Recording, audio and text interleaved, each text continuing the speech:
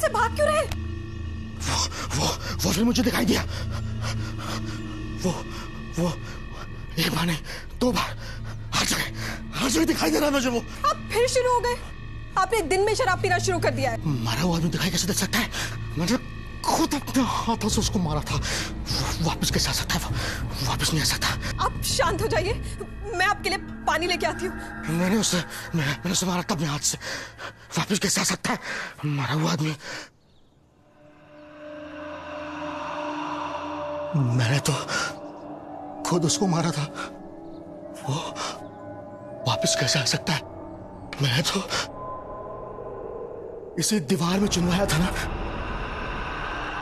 यही तो गाड़ा था मैंने उसको।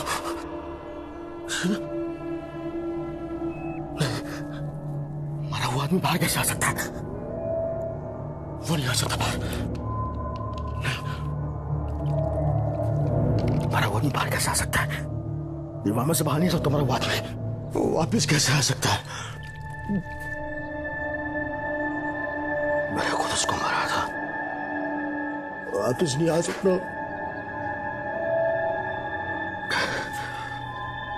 मैंने खुद उसको मारा।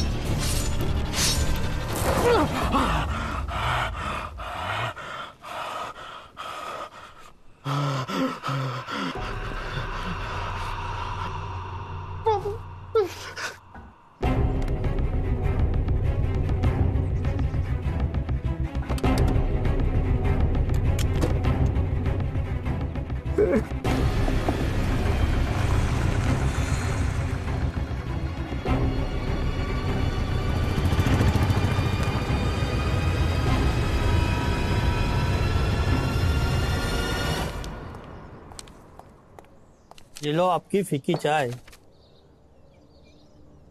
अब एक बात बताइए, सुना है पाठक साहब का फिर से ट्रांसफर होने वाला है?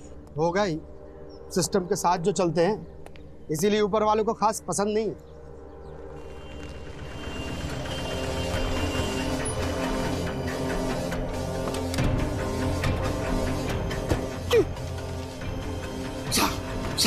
साहब मुझे रिपोर्ट लगानी है साहब। किसकी रिपोर्ट लिखवानी है? अपनी रिपोर्ट लगानी है साहब।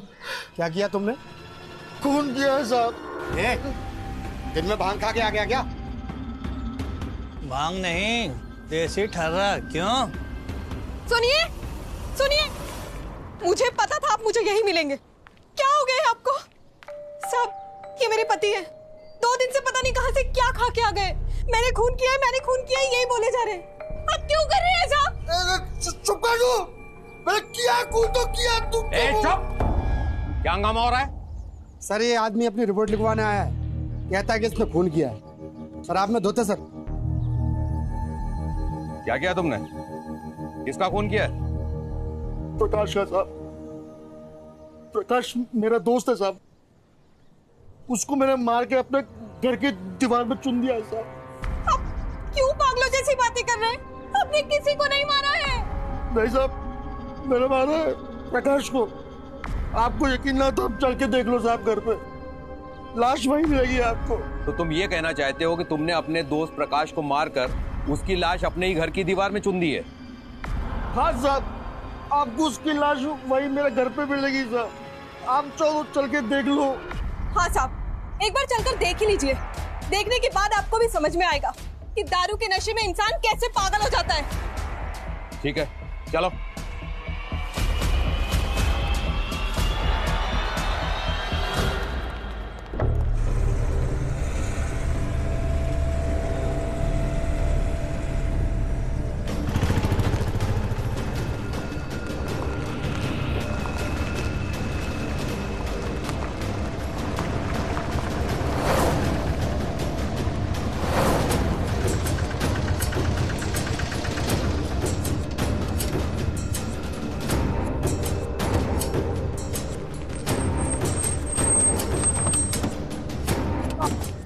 इसी घर में आइए साहब, आओ आइए। ये रही साहब दीवार, जहाँ मैंने प्रकाश की लाश को 2 दिन पहले चुना था। ये वही दीवार है साहब, इसी दीवार में। सर दीवार तो अभी थोड़ी गीली है। तोड़ो इसे। मैं तोड़ता हूँ साहब, मैं तोड़ता हूँ।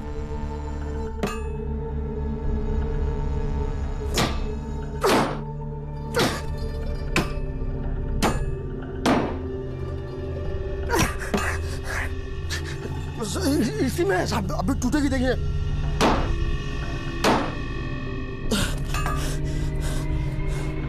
क्या हुआ? इसी में लाश है उसकी साहब। बेवकूफ समझता पुलिस को? दारू पी के पुलिस से टाइम पास करेगा तू? साहब मैं सच बोल रहा हूँ, इसी के अंदर है उसकी लाश। अगर तुमने लाश को सिर्फ 2 दिन पहले इस दीवार में चुना तो इतनी जल्दी प्लास्टर पक्का कैसे हो गया? सब मैं आपसे माफी मांगती हूँ, आप इनको छोड़ दो। मैंने आपसे कहा था ना, इनका दिमाग चल निकला है। अरे नहीं साहब, मेरा दिमाग कहीं नहीं गया। अरे तू भी तो थी ना साथ जब प्रकाश को मार के हमने इस दीवार में चुना था।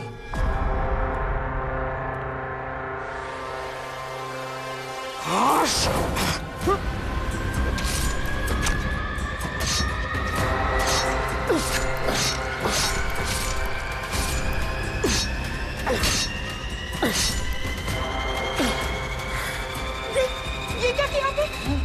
आपने ये क्या किया? आपने खून कर दिया मदन।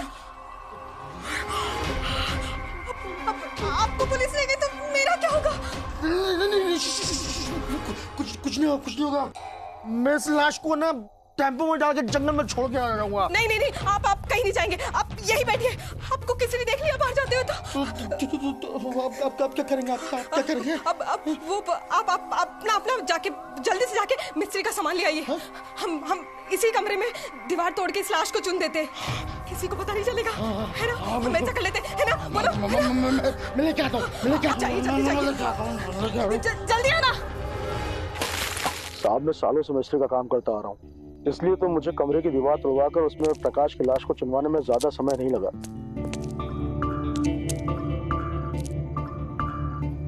झूठ खबर में सच है कबर में, जाले लगे हैं जैसे नजर में, थोड़ा संभलना बच के है चलना, खंजर लिए हर मुसाफिर सफर में, हर तरफ मौत के घाट है।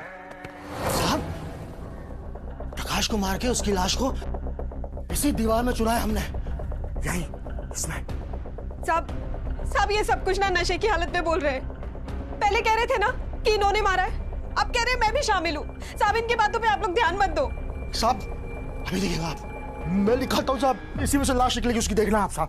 देखिए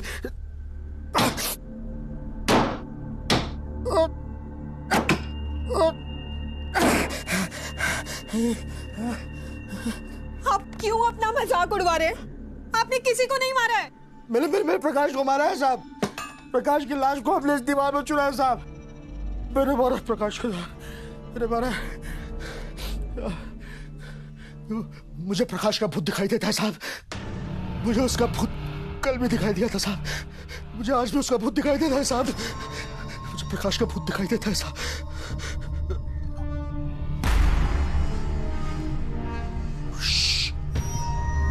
वो देखो साहब,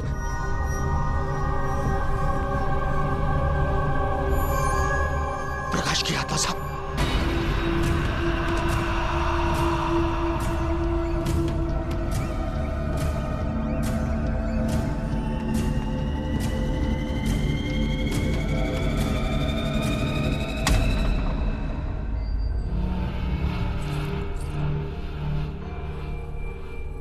यह है प्रकाश का भूत, दिखा आप लोगों को। अरे अब बस भी करो साहब, मैं आपसे कह रही थी ना कि इनका दिमाग चल निकला है। यही है प्रकाश, हमारे पड़ोसी, जीते जागते आपके सामने। तो फिर ये कैसे प्रकाश की लाश दीवार में चुनवा सकते हैं? मेरी लाश दीवार भी? अरे आज फिर दिन में चढ़ा ली क्या? हो क्या गया है तुझे मदन? और ये पुलिस? अरे चल क्या रहा है इस घर में? वो सब तुम्हें जानने की जरूरत नहीं है। तुम सिर्फ ये बताओ, तुम ही प्रकाश हो? जी साहब। करते क्या हो?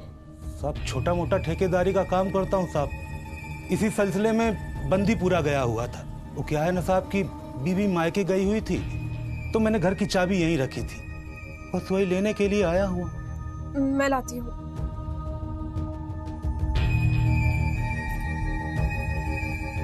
साहब मैं जाऊं? मदन ख्याल रख भाई अपना, और ये ज्यादा मत पिया कर, नुकसान करती है। ख्याल रख।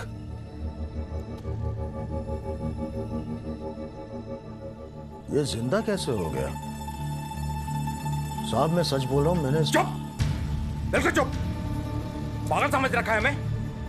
अब अगर आगे से दारू पीकर तूने पुलिस वालों का टाइम खराब किया तो जिंदगी भर के लिए तेरा नशा उतार देंगे, समझा कि नहीं?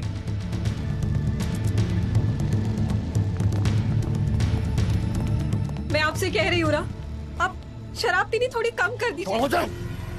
अरे मैंने मारा इसको, प्रकाश को, इसी दीवार में मैंने उसे चुना है। मैंने मारा है अपने हाथ से उसे, इसी दीवार में तो चुना था मैंने उसको।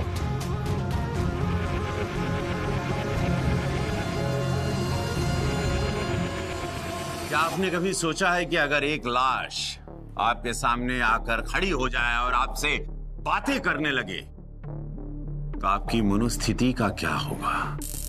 एमपी के गुना शहर के पास घटी ऐसी ही एक रहस्यमयी घटना ने सबको हैरान कर दिया।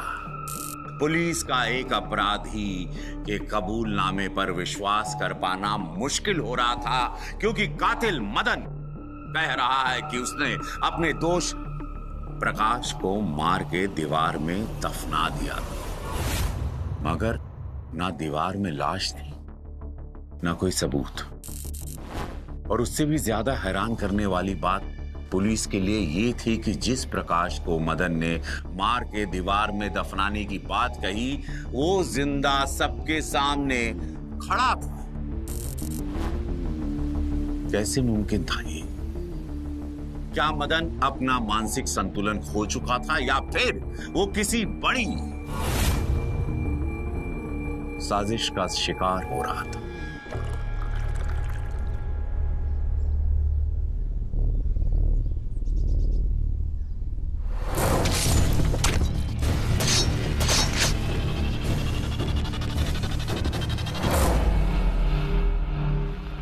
ये लो भैया बचे हुए पैसे। आप कुछ नहीं खाओगे? मदन भैया कहाँ खोए रहते हो आजकल? यार पता नहीं, छुट्टा न अजीब अजीब सा ख्याल आ रहा है। तेरी भाभी कहती है कि मेरा दिमाग चल निकला। प्रकाश तो अच्छा प्रकाश भैया, उनका क्या? नहीं कुछ नहीं। चल बैठ, सामान पहुंचाना है अभी। चलिए चलते।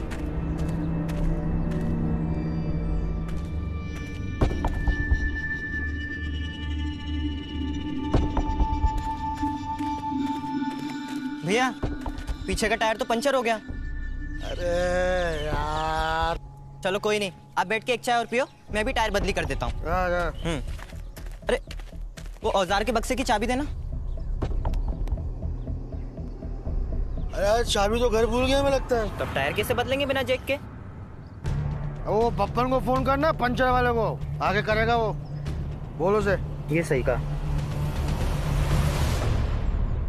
अच्छा डबल छाती है देखो किसान की, खबर नहीं अपने प्राण की। खेतों में खलियानों में वो झूम झूम के नाचे, ट्यूबवेल पे बटन दबाए पानी फुब्बारा जाए।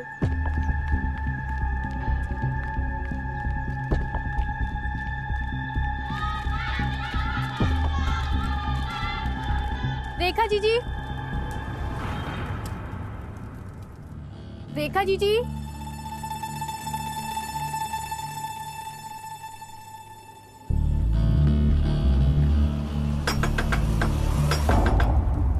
दीदी रोटी जल रही है।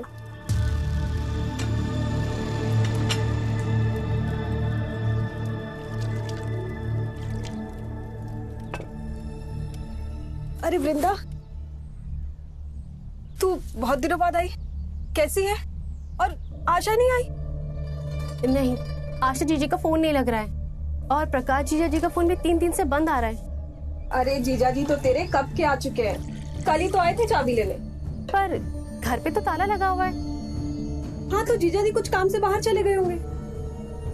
पर मेरी समझ में ये नहीं आ रहा कि आशा क्यों फोन नहीं उठा रही है। वो तो तेरे यहाँ ही गई थी ना? यही तो नहीं पता ना दीदी। उनका फोन आया था आशा दीदी का और वो फोन पे बता रही थी हमें कि मदन भाई ने टेम्पो से उन्हें गाँव की सड़क पे छोड़ दिया है और वो पैदल पैदल 20 मिनट में घर पहुंच ही जाएगी, पर अभी तक नहीं पहुंची। हे भगवान, इन्होंने तो आशा को तुम्हारे गांव 3 दिन पहले छोड़ा था और वो अब तक घर नहीं पहुंची। तो मुझे अब बता रही हो ये बात? जी, हमें लगा कि आशा दीदी मदन भाई के साथ वापस लौट गई है। हम 2 दिन तक उनका इंतजार करते रहे, जब फोन नहीं आया तो हमारा जी बहुत घबराने लगा और हम यहाँ चले आए। लेकिन वृंदा, अब आगे क्या करना है? दीदी आप मदन भाई से एक बार और पूछिए ना, जब तक मैं प्रकाश जी के बारे में पता करती हूँ।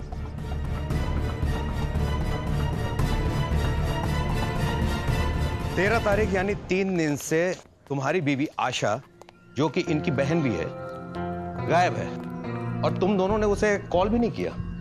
इतनी लापरवाही? ऐसी बात नहीं है सर, आशा जी ने फोन करके बताया था हमें कि मदन भाई ने उन्हें गांव के बाहर छोड़ दिया है और वो पैदल पैदल 20 मिनट में घर पहुंच जाएगी, पर वो नहीं पहुंची। उसके बाद हमने प्रकाश जी को फोन किया पर इनका फोन नहीं लगा। वो साहब मैंने आपको बताया था ना कि काम के सिलसिले में मैं बंदीपुरा गया था। तो बंदीपुरा में सिग्नल का थोड़ा प्रॉब्लम है सर। आशा को मदन ने छोड़ा था गांव के बाहर? जी साहब। एक काम करो, मदन को थाने बुलाओ। उस नशेड़ी को कुछ ना कुछ तो जरूर पता होगा आशा के बारे में। जाओ। सर। क्या हुआ ना जोटन, बब्बन नहीं आया अभी तक? भैया फोन किया है, बोल रहा है रास्ते में आ ही रहा होगा। अच्छा एक काम का, बब्बन आ जाए ना तो एक टायर बदलवा के सामान जगह पे छोड़ देना, टेम्पो को घर पहुंचा देना। ठीक है भैया। मैं आता हूँ। आप कहाँ जा रहे हैं? Police station. Police station? क्यों? जीजा जी, आशा जीजा के साथ कुछ बुरा तो नहीं हुआ होगा ना? नहीं वृंदा, हमारी आशा के साथ कुछ भी गलत नहीं हुआ होगा, कुछ भी नहीं। अरे वृंदा, तू यहाँ कैसे? कब आई? उनके हालचाल बाद में पूछना। ये बताओ, प्रकाश की बीवी आशा को उसके गांव छोड़ने के लिए तुम गए थे? हाँ साहब।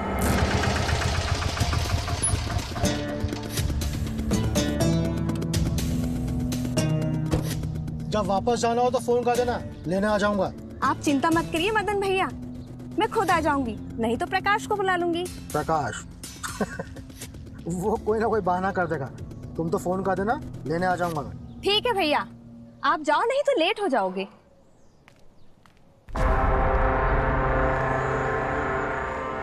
लेकिन हुआ क्या था, आप ये सब क्यों पूछ रहे हैं? इसलिए क्योंकि जिस दिन से तुमने आशा को उसके गांव के बाहर छोड़ा है वो लापता है। क्या वृंदा, तूने बताया नहीं मेरे को? प्रकाश, तुम्हारा आशा के साथ कुछ झगड़ा हुआ था? कोई झगड़ा नहीं हुआ था साहब, और उस दिन तो बिल्कुल नहीं हुआ था। उस दिन नहीं हुआ था मतलब झगड़ा होता रहता था? अब थोड़ा बहुत कहा सुनी किस मियां बीवी में नहीं होता साहब। ठीक है, आप लोग जा सकते हैं, हम लोग आशा का पता लगवाते हैं। जैसे ही कुछ पता चलता है हम आपको सूचित करें। ठीक। शुक्ला जी। सर। इन लोगों ने आशा का जो मोबाइल नंबर नोट करवाया है उसकी लास्ट लोकेशन ट्रेस करवाओ और इन सब पर कड़ी निगरानी रखो। सर। हेलो, अबे कब से बोल रहा है आ रहा हूँ, कितना टाइम लगेगा?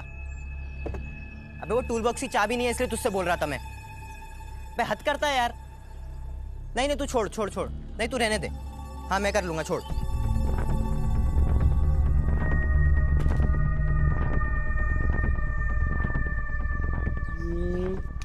ये रहा ना?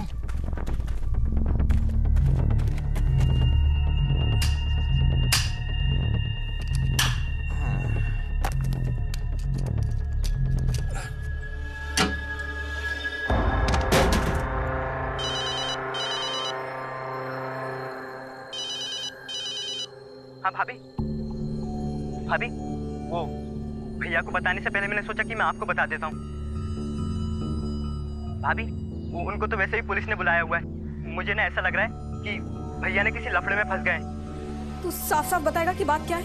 अरे भाभी आप यहाँ पे आ जाइए, मैं फोन पे नहीं बता पाऊंगा। मुझे तो टेम्पो चलाने में भी डर लग रहा है कि मैं ना फंस जाऊं। तू पहले मुझे बता तो सही कि बात क्या हुई है। भाभी ये जो रामू की चाय की दुकान है ना, हाँ बस उसी के पास खड़ा हुआ हूँ। आप जल्दी आ जाओ भाभी।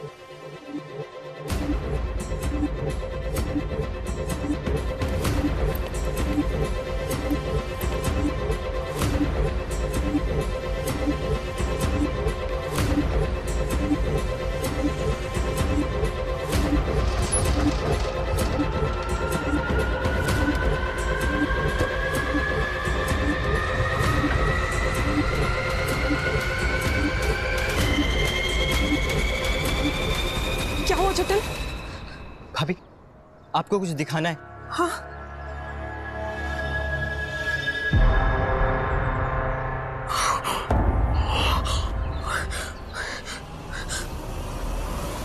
इस केस के तार सुलझने के बजाय और भी उलझते जा रहे थे।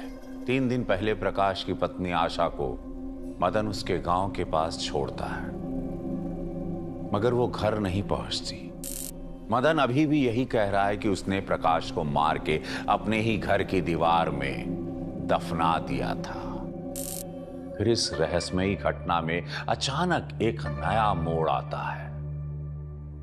मदन के टेम्पो के औजार के बक्से से एक महिला के खून से सने कपड़े मिलते हैं। कहीं ये कपड़े प्रकाश की पत्नी आशा के तो नहीं है?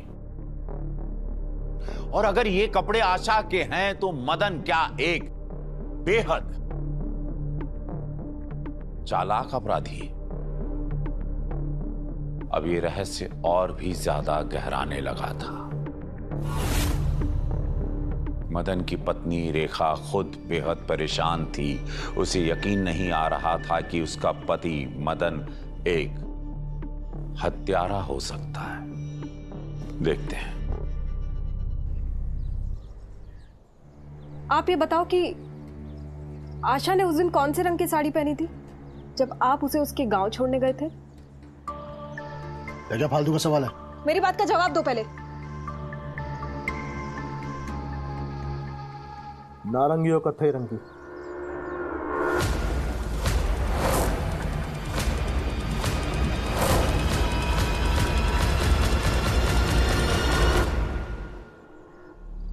क्या हुआ साहब? आपने मुझे बुलाया, कुछ पता चला आशा का साहब? कहाँ है आशा साहब? कहाँ है वो साहब? इस साड़ी को पहचानते हो? साहब ये साड़ी तो आशा की है, और साहब ये खून के निशान, और साहब ये चाकू। क्या हुआ आशा को साहब? कहाँ है वो? अब इन सारे सवालों के जवाब तो हमें मदन से ही मिलेंगे।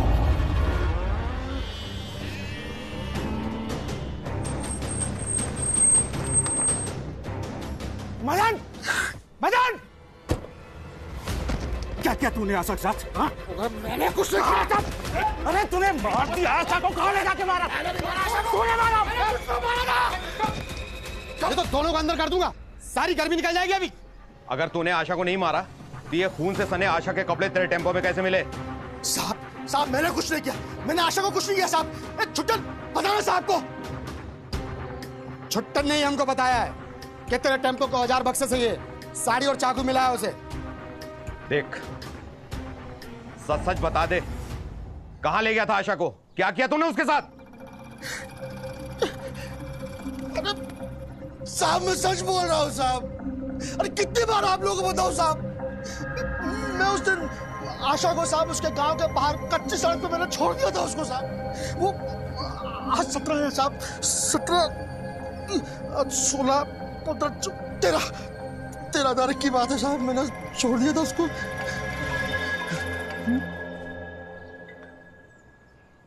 सर, आपने जो नंबर ट्रैक करने बोला था वो नंबर ट्रैक हो गया। ओके ठीक है, तुम लोकेशन फॉरवर्ड करो, हम पहुंच रहे हैं वहां।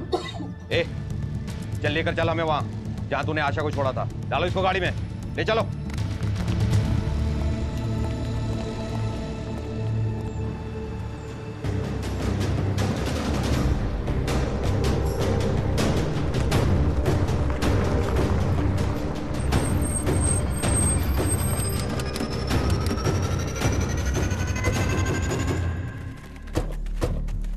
आशा के मोबाइल की लास्ट लोकेशन यही ट्रेस हुई है। जाओ जाकर चारों तरफ देखो, आशा का मोबाइल यहीं कहीं मिलना चाहिए। साहब मैं यकीन के साथ कह सकता हूँ कि इसने ही आशा के साथ कुछ किया है। साहब आप तो इसे हवालात में जूते लगाओ, पूरा सच सामने आ जाएगा।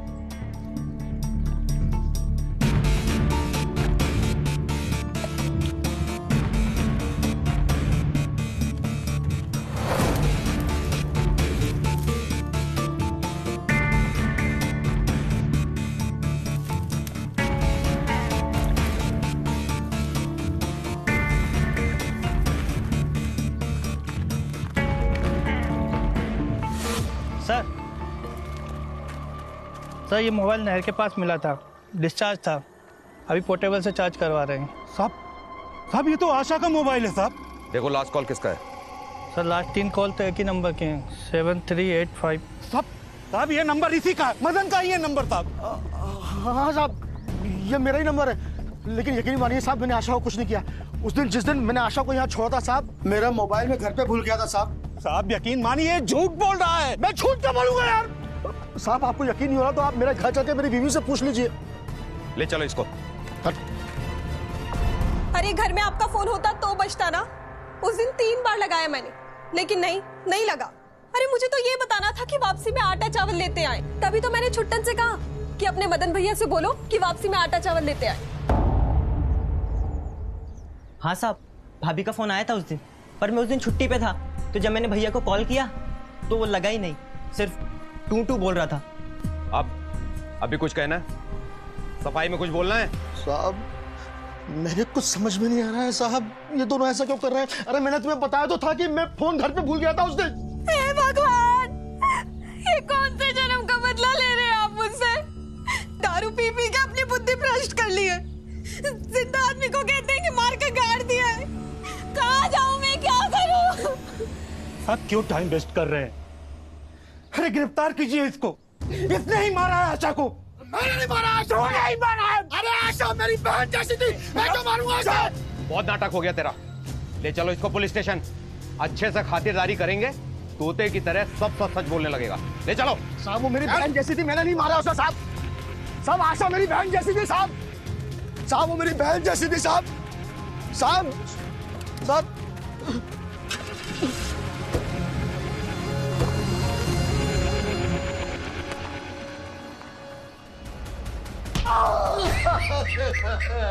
बता तूने आशा के साथ क्या किया?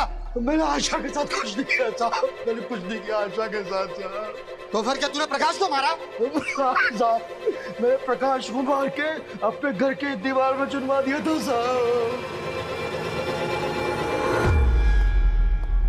सर कोई फायदा नहीं हुई। मुझे तो लगता है मदन पूरी तरह से पागल है, या फिर पागल होने की एक्टिंग कर रहा है। उसकी आरती उतारते रहो जब तक कि वो सच ना उगल दे। Okay sir.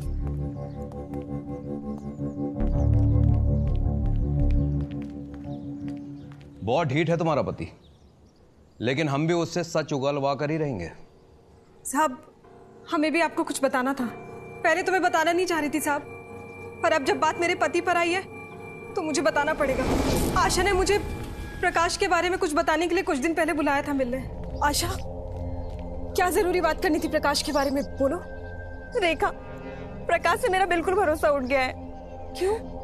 ऐसा क्या किया प्रकाश ने? उनका चक्कर चल रहा है किसी औरत के साथ, सुना है बंदीपुरा की है वो औरत, इसीलिए आजकल काम के बहाने वो वहीं पड़े रहते हैं। आशा रोना बंद करो। देखिए अब इन बातों का कोई फायदा नहीं, हमारे पास फॉरेंसिक रिपोर्ट आ चुकी है। आशा की साड़ी और वो जो चाकू मदन के टेम्पो से बरामद हुआ था, उसमें मदन की ही उंगलियों के निशान पाए गए हैं। अब इसमें कोई शक नहीं रह जाता है कि आशा का खून मदन ने ही किया। हमने कोर्ट से भी दरखास्त की है कि हमें मदन की दिमागी हालत की जांच करवाने के लिए परमिशन दी जाए, क्योंकि हमें शक है कि मदन पागल नहीं बल्कि पागल होने की एक्टिंग कर रहा है, ताकि अगर वो आशा के कत्ल के इल्जाम में फंस भी जाए तो अपनी खराब दिमागी हालत की गुहार लगाकर अपने आप को कानूनन 1-2 साल में बरी करवा सके। मैं आप लोगों की कोई मदद नहीं कर सकता, आप लोग जाइए। काली सी राहें, खाली सी आहें, यहाँ एक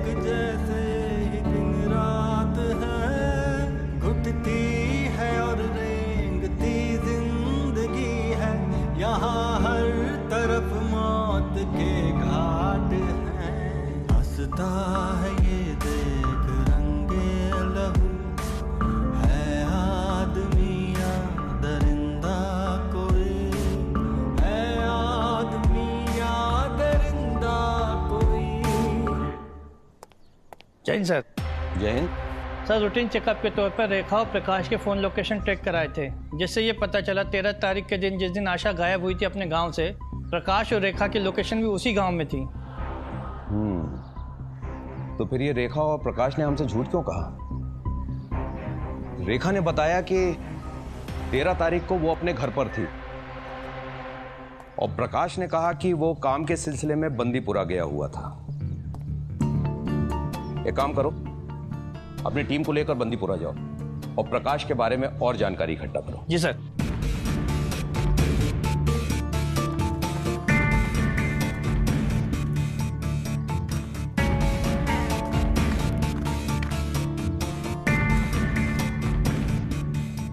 हाँ साहब, ये तो ठेकेदार है, यहीं पे किराए पे मकान लेके बहुत काम करवाया इसने। मकान दिखा सकते हो? जी साहब।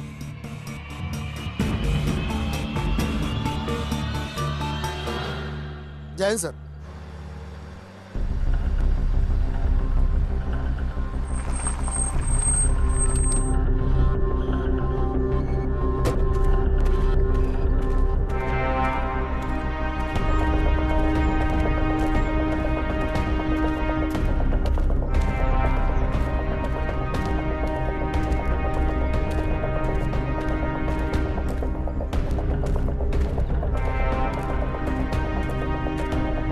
जय हिंद सर। जय हिंद। आइए।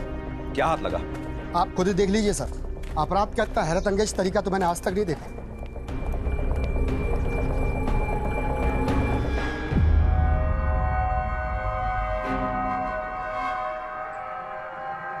वाकई इस जुर्म के तरीके की दाद देनी पड़ेगी। सर घर पे तो ताला लगा था, कोर्ट से सर्च वारंट लेके ताला तुड़वाया है। गुड। अब एक काम करो, मदन, प्रकाश और रेखा को आंखों पर पट्टी बांधकर यहां ले आओ। ओके सर, चलो।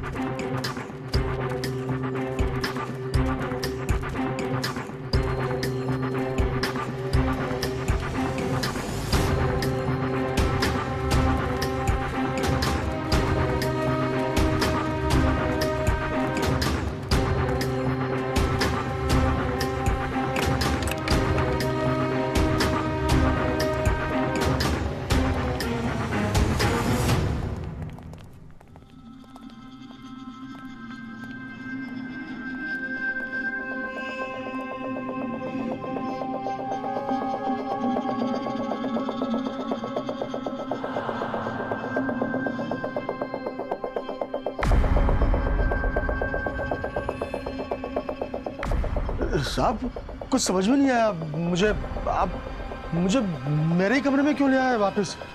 सब समझ में आ जाएगा। शुक्ला जी,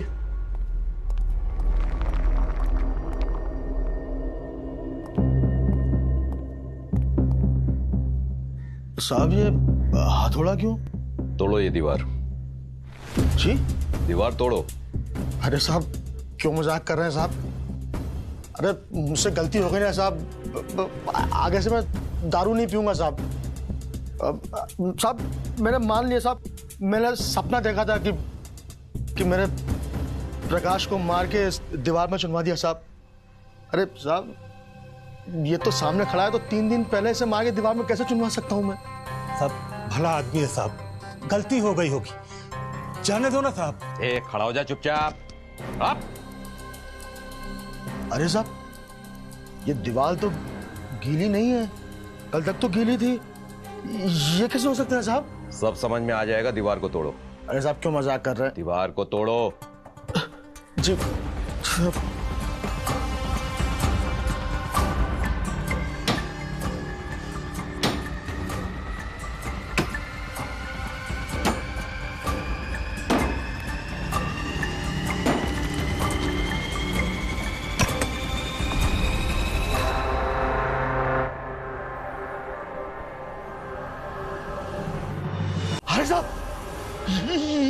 आशा की लाश है। ये यहाँ कैसे पहुंचे साहब? ये सब प्रकाश बताएगा, और जहां प्रकाश अटक जाएगा वहां रेखा जी बताएंगी। क्यों रेखा जी? अब बोलेगा या तोते की तरह बुलवाना पड़ेगा? बोल, कब से शुरू हुई तुम्हारी ये कहानी? मदन के दारू पीने के लत से रेखा पूरी तरह से परेशान हो चुकी थी, और मैं भी आशा से बहुत खुश नहीं था। ऐसे में मैं और रेखा एक दूसरे के करीब आने लगे।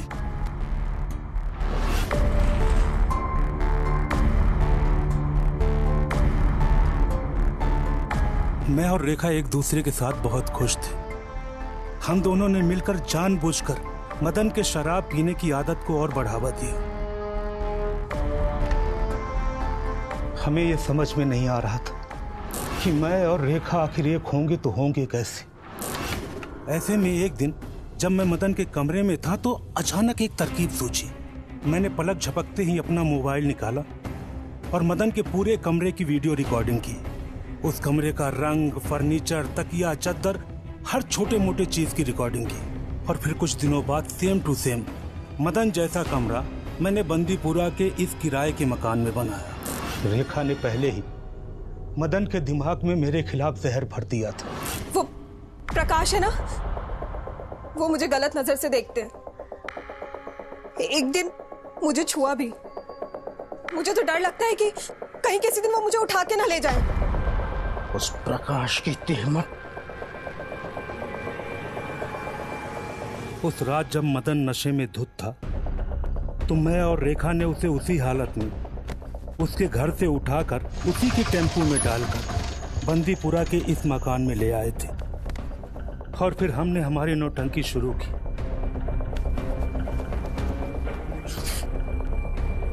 प्रकाश छोड़ो, क्या कर रहे हो प्रकाश?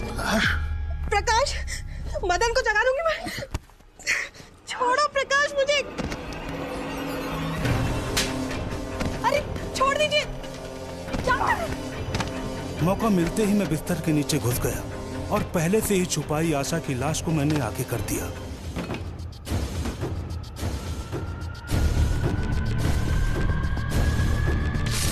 कमरे में अंधेरा होने की वजह से नशे में धुत मदन ये समझ नहीं पाया था कि वो मुझ पर नहीं बल्कि आशा की लाश पर वार कर रहा है। दोनों ने मिलकर आशा की लाश को उठाया। मदन ने पैर की तरफ से और रेखा ने जानबूझकर सर की तरफ से उठाया ताकि मदन आशा का चेहरा बिल्कुल ना देख सके। देखते ही देखते मदन ने आशा की लाश को इस बंदीपुरा के कमरे में चुन दिया था और तब तक रेखा ने मदन की दारू में बेहोशी की गोली मिला थी और उसे पीते ही मदन, जो पहले से ही नशे में धुत था, बेहोश हो गया। और फिर एक बार हम बेहोश मदन को बंदीपुरा से उठाकर उसी के कमरे में ले आए और मैं वहां से निकल गया और रेखा जानबूझकर मदन के कमरे की दीवार पर पानी मारती रही। जब सवेरे मदन अपने ही कमरे में उठा तो कमरे की हालत देखकर उसे विश्वास हो गया था कि रात को मेरी लाश को उसी के कमरे में उसने चुन दिया था। अब ये बताओ कि आशा को तुमने मारा कैसे? साहब 13 तारीख को मदन ने आशा को गांव के बाहर कच्चे रास्ते पर छोड़ दिया था। आशा!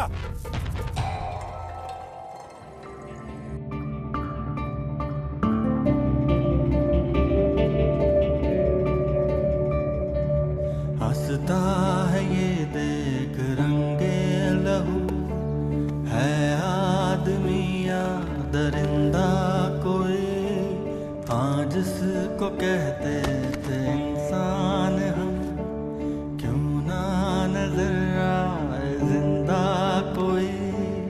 दिमाग तो तुम दोनों ने बहुत तेज पाया है, काश इसे जुर्म में ना इस्तेमाल किया होता। तोलाराम जी, आशा की लाश का पंचनामा करवाइए और उसे पोस्टमार्टम के लिए भेजिए और इन दोनों को हिरासत में लीजिए।